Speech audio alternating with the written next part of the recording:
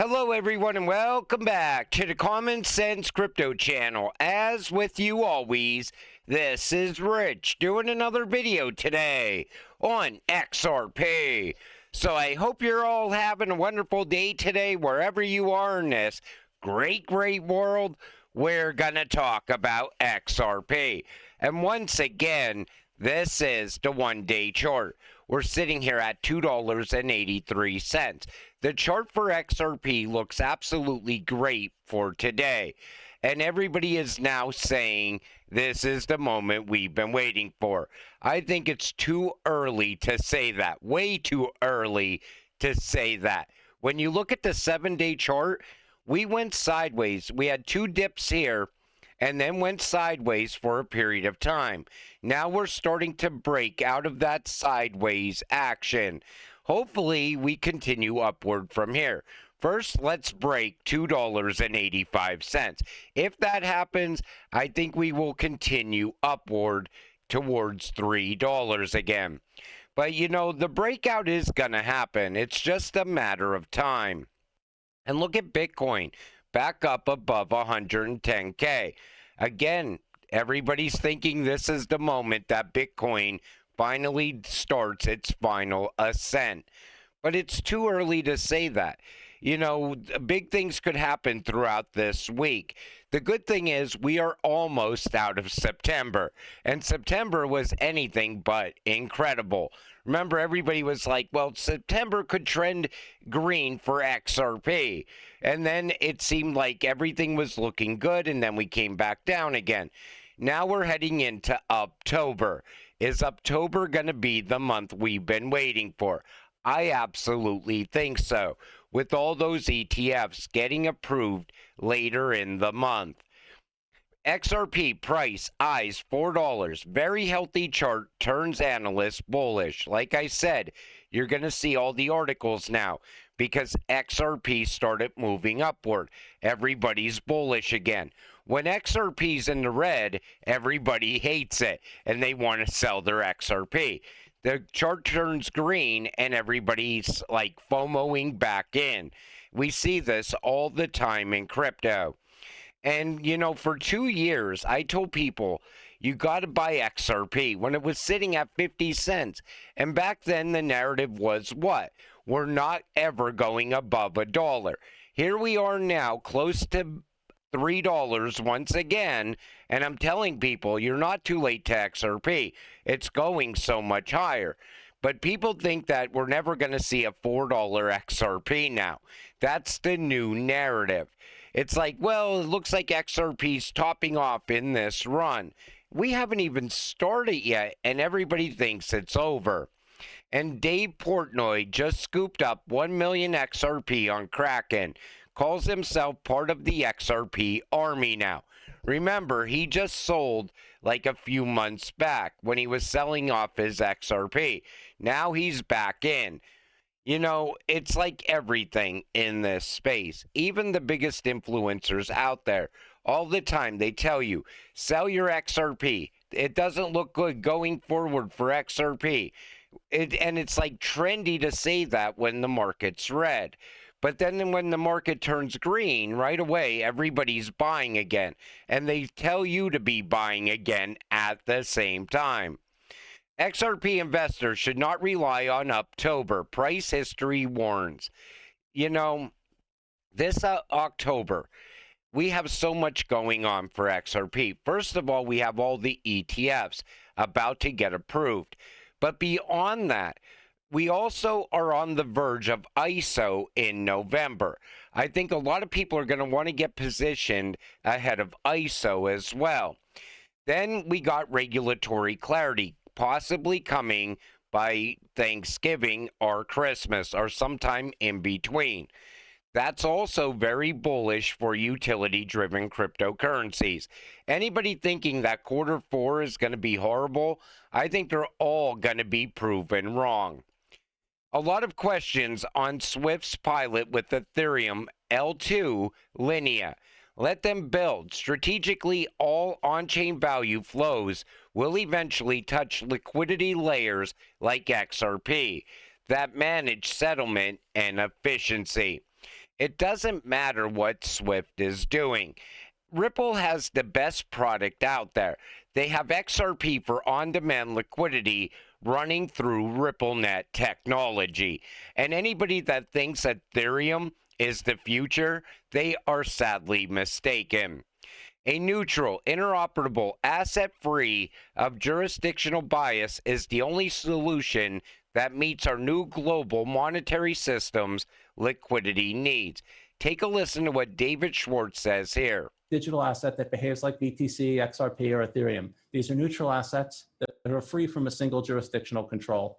So CBDCs are not going to usurp the role of universal settlement assets. You need a neutral asset going in between CBDCs serving as a settlement across jurisdictions, accepted by all because everyone can come to accept that they can't get the whole world to use an asset they control. And so an asset nobody can control is preferable to one controlled by their geopolitical competitors. Bitcoin is sometimes pitched as the interoperability solution, and in the early days, that almost seemed believable. But as we now have some 1,500 cryptocurrencies that don't interoperate and almost nothing non-crypto interoperates with Bitcoin, we just recreated the new version of the same walled garden problem. Instead of building an internet based on compatibility, we built one network and required everyone to join that network, demanding too many sacrifices too quickly. Internet without Cisco. What David Schwartz is saying, even with central bank digital currencies, you still need a neutral bridge in between. That's like the trust layer that I always said XRP is. Especially you will see that inside of BRICS. Because Russia, they don't trust China, and China doesn't trust India. So when they're sending money in between the BRICS system, a neutral bridge asset makes sense. And they also will need that conversion as well. So it goes in as the Chinese yuan into XRP and comes out as the Russian ruble. That's what would make sense. Same thing with the US sending money to the EU and so on. That's why XRP is the future. And Anthony Welfare confirms this. The entire CBDC work was very important to learn what the central banks wanted and how the commercial banks are key. Hence, stablecoins as the main focus. My famous presentation quote, Christine Lagarde doesn't want a call from you to reset your wallet password. Tongue-in-cheek, of course. But central banks are not set up for us pesky retail customers and small businesses. They look after big and strategic payment world. The learnings in the 2021 to 2024 period greatly impacted XRP ledger development from both Ripple and the wider partner ecosystem. Like you have twigged a very important time for preparing the XRP ledger for the current world we live in and the exponential growth of stablecoins we are seeing. Just need to focus on interoperability now. CBDC, stablecoin, tokenized deposits, etc. They all need to work together to make it easy for people and businesses to use them. In my view, that's what WIP and developments in this space together with adoption solutions will show you the winners. And it is absolutely coming. But central bank digital currencies are all the talk right now once again. And that's because we are getting close to that time where CBDCs are going to start to go live. You see the rise of digital ID now as well. That's being talked about everywhere. People are even fighting back against it. But this is the future that was always pre-planned. This was put in motion years ago. This isn't something that just started yesterday. And XRP was built for this moment because central banks, they got to send money to other central banks. The IMF is going to be massive as far as digital assets. Same thing with the BIS. They want to make sure that everything stays on track and the train keeps pushing forward.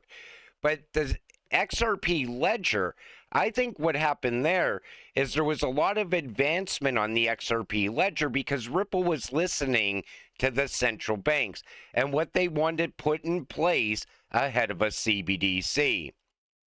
Expert says the more XRP holders accumulate, the stronger the breakout. Expect a 10x surge from here. Of course, if people are buying XRP, it's less XRP in circulation. So, of course, the price would absolutely go up. But look at what Flare wants to do. They want to lock away 5 billion XRP in 2026. Take a listen to this. I think, the total addressable market for XRP staking is the total value of XRP. I don't see a reason why you wouldn't want to stake, all the XRP in existence. There's no reason not to get yield on it. That said, I think a reasonable expectation is what I said before, which is, I genuinely think we could get to 5 billion by the middle of 2026 with a good tailwind, of course. For instance, we are working with Zaman, which is one of the major wallets on the XRP ledger, to create a smart account that enables you to stake directly from XRP ledger into Firelight on Flare without you having to touch the bridge. You don't have to interact with the bridge. You can just stake directly through what we call a smart account through Zaman, and that's in progress. And Zaman has, as I understand it, roughly 4 billion XRP. So, that's about $12 billion, just that. And I think, there's no reason that we wouldn't be able to pick up a reasonable amount of the assets that are used in Zaman. So think about that. That's 5% of the XRP supply being staked and locked away on Flare in 2026. And we are still going to watch other companies create XRP treasuries along the way. We're going to see more and more XRP disappearing out of the circulating supply. And at the same time, the demand is going to be rising as well, pushing the price higher and higher and higher. I don't know when XRP's top is going to come in. There's too many things leading us through alt season this time around. Everybody's like, well, the top's going to come in January, and then expect an 80 to 90% crash on the price of XRP. How does that happen? If XRP keeps disappearing out of circulation, and at the same time, we have institutional money flows into the ETFs at the same time. It's creating a perfect storm for a very high-priced XRP. And this comes from EZA, and I thought this was a great post because it puts into perspective about accredited investors. You are not rich enough, so you cannot make the right financial decisions. The accredited investors rules. Some of the most offensive rules ever written. It's insanity. You can do the craziest things in life, but when it comes to many of the world's most lucrative instruments or investments, the government says, no, kiddo, this is not for you. Leave that to the big boys. You can go gamble in a casino or go into crushing credit card debt. You can even die for your country. So how come when it comes to investing, some opportunities are reserved for the rich? Only the rich can have access to them. It's almost dystopian. I discussed this in our meeting with the SEC because I think these rules are fundamentally flawed and unfit for today's day and age. I agree. And I even thought when Gary Gensler was at the SEC, he was going to put in an accredited investor rule for crypto, where if you don't have 10 grand to put into crypto, you have to go through a third party.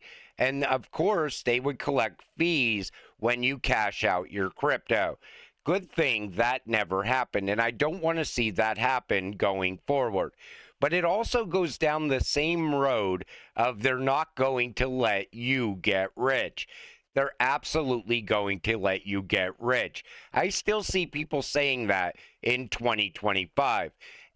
Our crypto and XRP is not for retail. It's for the institutions. You know, everything that Ripple did with the XRP ledger, it is absolutely geared towards institutional investors. But the good thing is we beat the institutions to XRP for the first time in history, and we are going to capitalize on that. We are going to make so much money because of that. That's why I always urge you to stay invested and not sell too soon. This comes from Blockchain Backer. I'm not participating in any passive income opportunities to earn yield on XRP. Yield is not built into the XRP protocol, so utilizing third parties and other blockchains to earn that yield and take on additional risk goes beyond my comfort zone. And I agree with that.